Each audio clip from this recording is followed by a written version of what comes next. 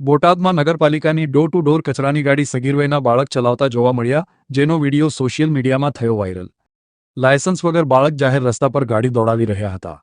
એક વાહન ચાલકે વિડીયો બનાવતા બાળકોને લાયસન્સ બાબતે પૂછતા બાળકે લાયસન્સ ન હોવાનું જણાવ્યું, જે દ્રશ્ય વિડીયોમાં કેદ થયું। પાળિયાદ રોડ પર પૂરપાટ ઝડપે દોડતી ગાડીથી લોકોમાં ચકચાર। આમ નિયમોનો ઉલાળ્યો કર્યો હોવાને લઈને નગરપાલિકાના તંત્રની ઘોર બેદરકારી સામે ઉઠ્યા ગંભીર સવાલો। કચરા ગાડીના સ્ટીયરિંગ પર સગીર વયનું બાળક નજરે પડ્યું। બાળ સુરક્ષા અને ટ્રાફિક નિયમોના ઉલ્લંઘનના આક્ષેપ। જાહેર રસ્તા પર જોખમકારક રીતે ગાડી ચલાવતા બાળકના દ્રશ્યો ચર્ચામાં।